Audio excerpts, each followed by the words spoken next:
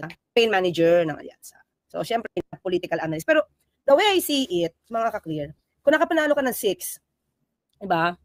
Tapos, may dalawang nanalo, si Bam Aquino at saka si Kiko Pangilinan, na hindi Duterte, na hindi Duterte.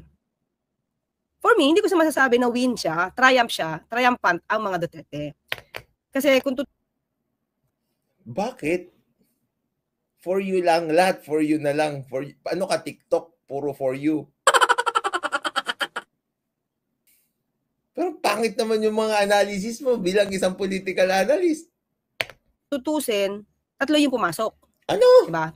3 lang yung pumasok sa PDP. Oh. Tapos, si Aimee, si Aimee ay, syempre, naman hindi naman tanggap dati ng PDP yun Pero sinama na lang, diba? In-endorse na rin ni VP Sara at saka si Camille. Pero si Camille Villar kasi, di naman siya umalis sa pagka-alyansa.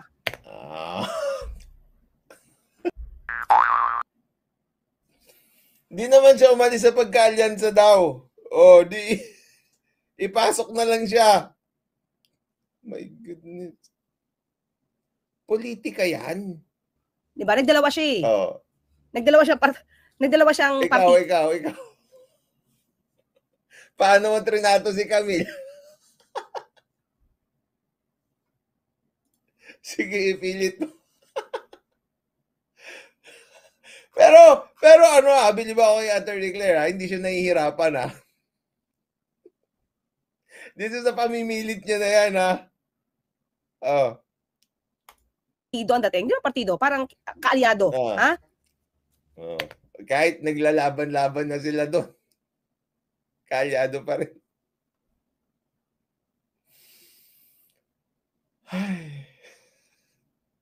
Para mag-grab lang yung credit ng pagkapanalo, no? You have to admit it kasi. Kasi mismong campaign manager mismo sinasabi na it's a loss. Nakaapekto yung impeachment tapos ikaw ayaw mo talaga. Magpo-propaganda ka pa rin. Oh. Kahit si Toby Chanco, babanatan yun. Uy, tropa nyo yan. Uy!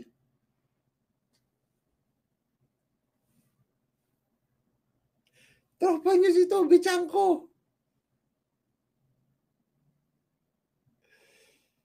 Teka lang. So, dalawa yung pinuntahan niya. Nung sumama Kaya dalawa yung naging boto niya. Sige, pilit natin. Siya kay VP Sara, di naman siya umalis sa alyansa. Di ba? Ano sabi nyo? Namamang ka sa dalawang ilog. Wala, matatalo yan. Di ba? Tama. Kaya, kung iisipin mo, ikaw lang isipin mo talaga. Try mo isipin. Kung totoo na triumphant ang Duterte, sa akin lang ang mga kakli. Sa'yo lang, blinag mo pa. Sa'yo lang naman pala yun Huwag mo lang i-share, kadiri. Kung sa'yo lang yan, dapat inako mo na. Kadiri kasi yung pinagsasabi mo inaaway mo na rin lahat Akin lang pananaw to. Kasi lagi sa mainstream media, parang lumalabas na malaki ang panalo ng mga Duterte. Siguro bakit hindi nakuha nila yung mga top positions, di ba? Ibig sabihin, gusto sila ng mga tao. Sa Davao, oo. Pero pagdating sa senador, bakit ganon? Bakit mo dinidismiss kasi lahat? Bakit ayaw mong harapin yung katotohanan?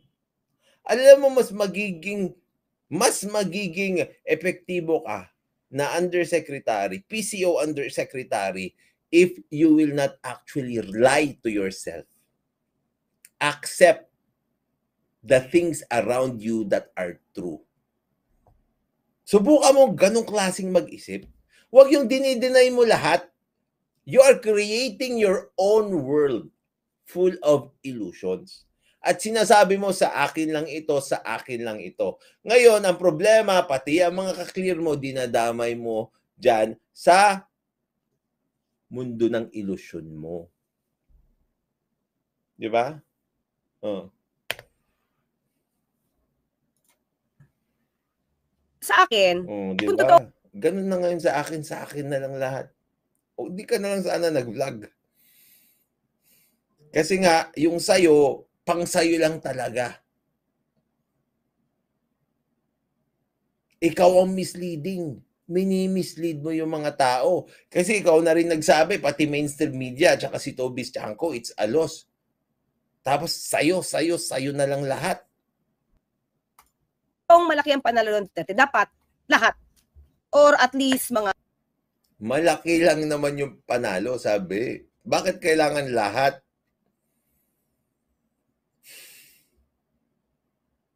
Malaki yung panalo.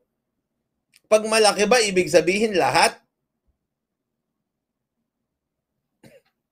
Kunwari may pizza, di ba, nahati-hati. Di ba? Nahati. 1/3 yung pizza, nahati. Tapos sabi nung isa, akin na yung pinakamalaking slice. Ako yung pinakamalakas kumain dito eh. Akin na yung pinakamalaking slice. Anong ibibigay sa'yo? Lahat. Congratulations.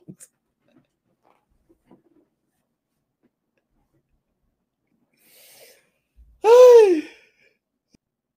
Bumibili ka ng ng aso. Tapos namimili ako doon sa 3 aso na binibenta. O bibilin ko yung pinakamalaki, tapos ibebenta sa'yo lahat. Sabi, oy, isa lang yung binibili ko, yung malaki. Hindi ho kasi, napanood ko kay Atty. Claire Castro, pag malaki, dapat lahat.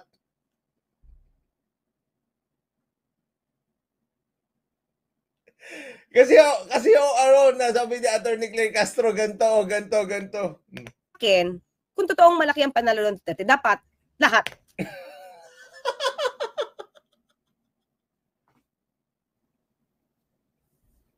Malaki yung tambak ng ng Pure Foods sa San Miguel Oh, lahat.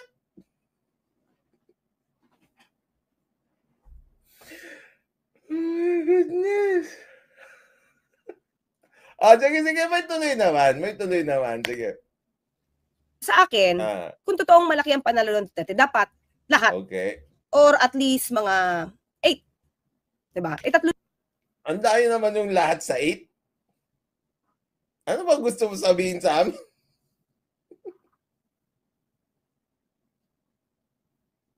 Ano ba gusto mo sabihin sa amin? Dapat lahat. Malaki na yung panalo nila pag lahat. Malaki lang naman ang sabi. Pero, tumawad ka, dapat 8. Isipin mo from lahat to 8, tas 12 sila doon. Halatang nag-iimbento ka lang, no?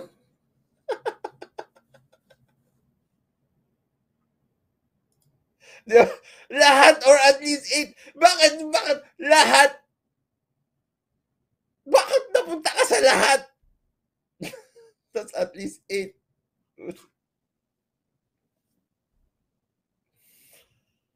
Ay. Inventong-invento lang talaga. Wala lang Hindi man lang pinag-iisipan. Sabi niya,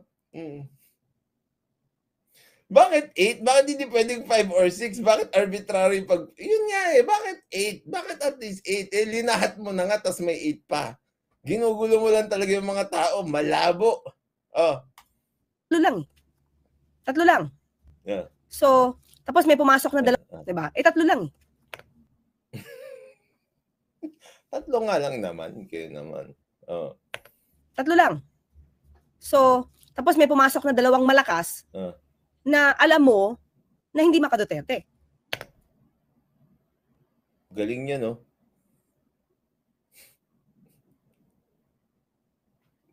Hindi nga naman maka-Duterte yung mga yun, di ba? Pero, kamusta naman yung kapangyarihan? Kapangyarihan ng impluwensya. Di ba? Yun kasi yan, doon mo tinitignan yan. It did not work. Di ba? Isipin mo kasi ganito, no? Kunwari, pag naglalaro ka, merong chance, di ba? parang kapag naglalaro ka ng game, sa mga naglalaro ng game, maiintindihan nyo ito yung RPG. Pag mag-e-enhance ka, +1 yung weapon mo, 100% chance, di ba? Kasi +1 lang yun eh. Pag magpa-+2 ka, 90% chance. Pababa ng pababa, +3. Di ba? 80% chance. Ganon. Ngayon, dito kasi, dapat mas mataas nga ang tsansa ng mga kandidato ng alyansa. Bakit? Meron sila sa kapangyarihan, meron silang makinarya. At nasa kanila yung pinaka-influential na tao, which is the president. Ibig sabihin, dahil meron ka ng mga yon, you should have had the advantage of having a better chance of winning in the midterm elections. Nagets mo yon, Attorney Claire Castro? Ganun yon, no? Kumbaga, mas maraming tama sa RNG, mas mataas yung luck mo. 'Di ba? Mas mataas yung luck mo para manalo. Kasi nga meron kang yung mga sing-sing na plus 50 to luck. Tapos meron kang hikaw na plus ganto sa luck, plus 10 sa luck. Meron kang armor na plus 40 sa luck. 'Di ba gano'n? So, mas mataas dapat yung tsansa mo manalo kesa matalo. Kumpara doon sa mga tao na lumalaban kung saan wala silang nakaupong may impluwensya at wala silang makinarya. Nagets mo kung bakit ganun nila iniisip yan? Bakit ganun yung tingin nila na big loss pa rin yan? Kasi nga, dahil sa meron na nga sa'yo lahat.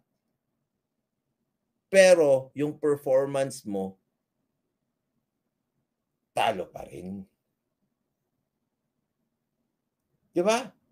Oh, ito, yan oh. Sabi ni No Nonsense, 99.99% luck ka tapos nag-fail pa din yung upgrade mo. Doon mo titignan yon. Kasi itong mga ibang ito, hindi ganong katindi yung suporta at pondo nila na naibigay sa alyansa. Nakita nyo naman yung mga rallies ng mga alyansa, bonggang-bongga, di ba? Andun lagi si Presidente Bongbong Marcos at nag-i-endorse sa kanila. Because binibigyan sila ng mas malaking chance na manalo kumpara doon sa mga actually nanalo. Pero bakit ganun lang yung performance? Kaya pati si Toby Chanko, hindi siya nagsisinungaling. Sa sarili niya katulad mo, naiintindihan niya yun.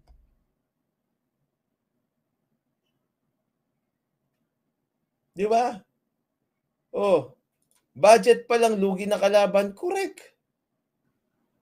Sabi ni Mark Anthony Carpio, sa midterm panahon ni Digong Attorney Pasilicon, hindi panalo lahat, of course. Pero tulad nga ng sinasabi ko sa inyo, makikita mo kasi yung pulso ng tao. Nakita nyo dito sa pulso ng tao, ang mga nasa taas, mga Duterte. Hindi mo titignan yan sa kung nanalo sila sa lahat o hindi. Kasi kung mananalo sila lahat, at yun nga ang mangyayari, kahit patakbuhin mo, yung baliw, basta ipasok mo, doon kay Duterte, mananalo. Kalokohan naman yun, di ba? Di ba? Kalokohan naman yun. Oh. Bam Aquino, di ba? Kakamping yun eh. Bam Aquino at saka si Kiko Pangilinan. Hindi naman kasi, mali kasi yung tinitignan mong bilang Si Bam Aquino, well, minimislead mo yung mga tao. Ikaw actually ang nagmi-mislead sa kanila. Kasi nga, dina-downplay mo yung punto na hindi gumana yung impluensya ng administrasyon. Despite of the effort, the money, the machinery, ganun lang yung performance. Yun ang pinag-uusapan dito. Oh. Sabi ni Ricol, 9 out of 12 nung panahon ni Duterte midterm election 2019.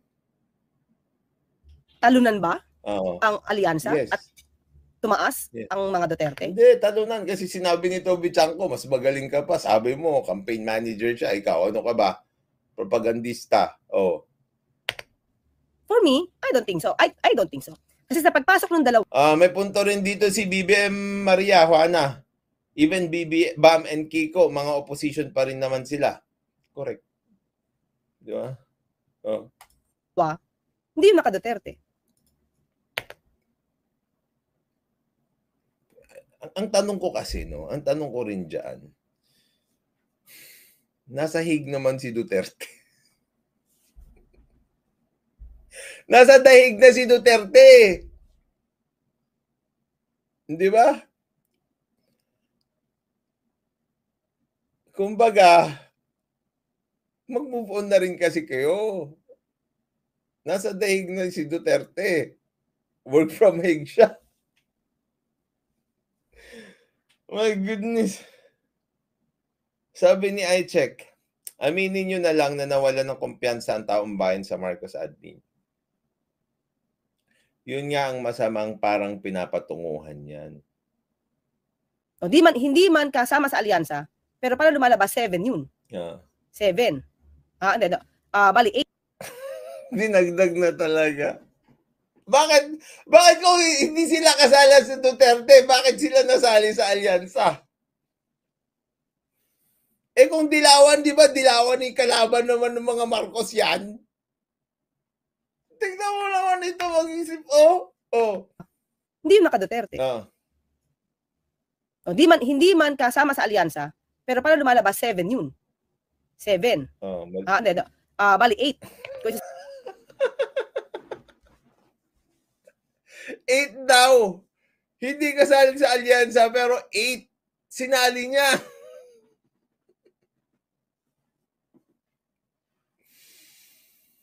Oh my goodness.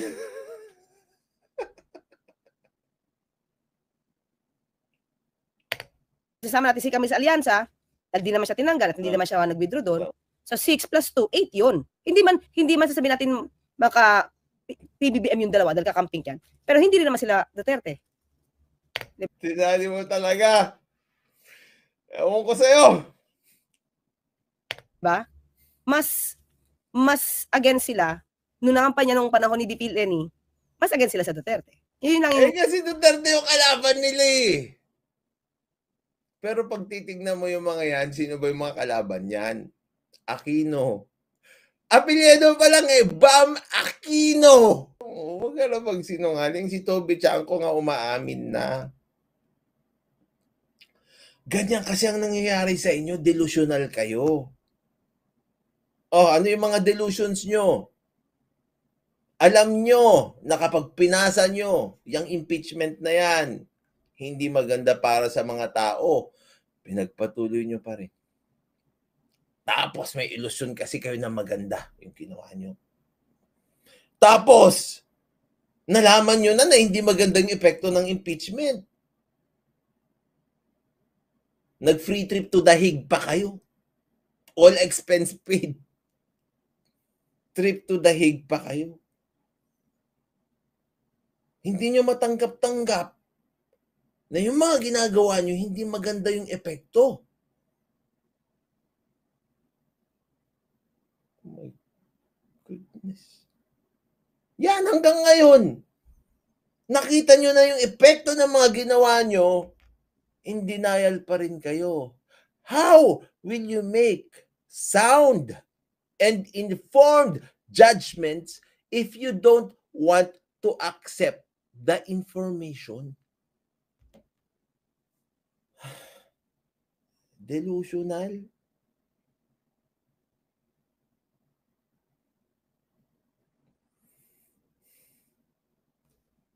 My goodness. Sabi ni Nonansen, sabi niyo nga, hindi itim yung kulay ng bansa, kaya matatalo si Amy, di ba? Anyari.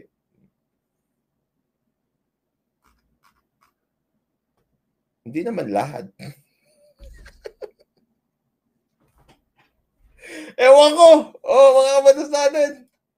Diyan na lang tayo. Oo ko na. Hindi ko na alam kung ano yung sasabihin ko.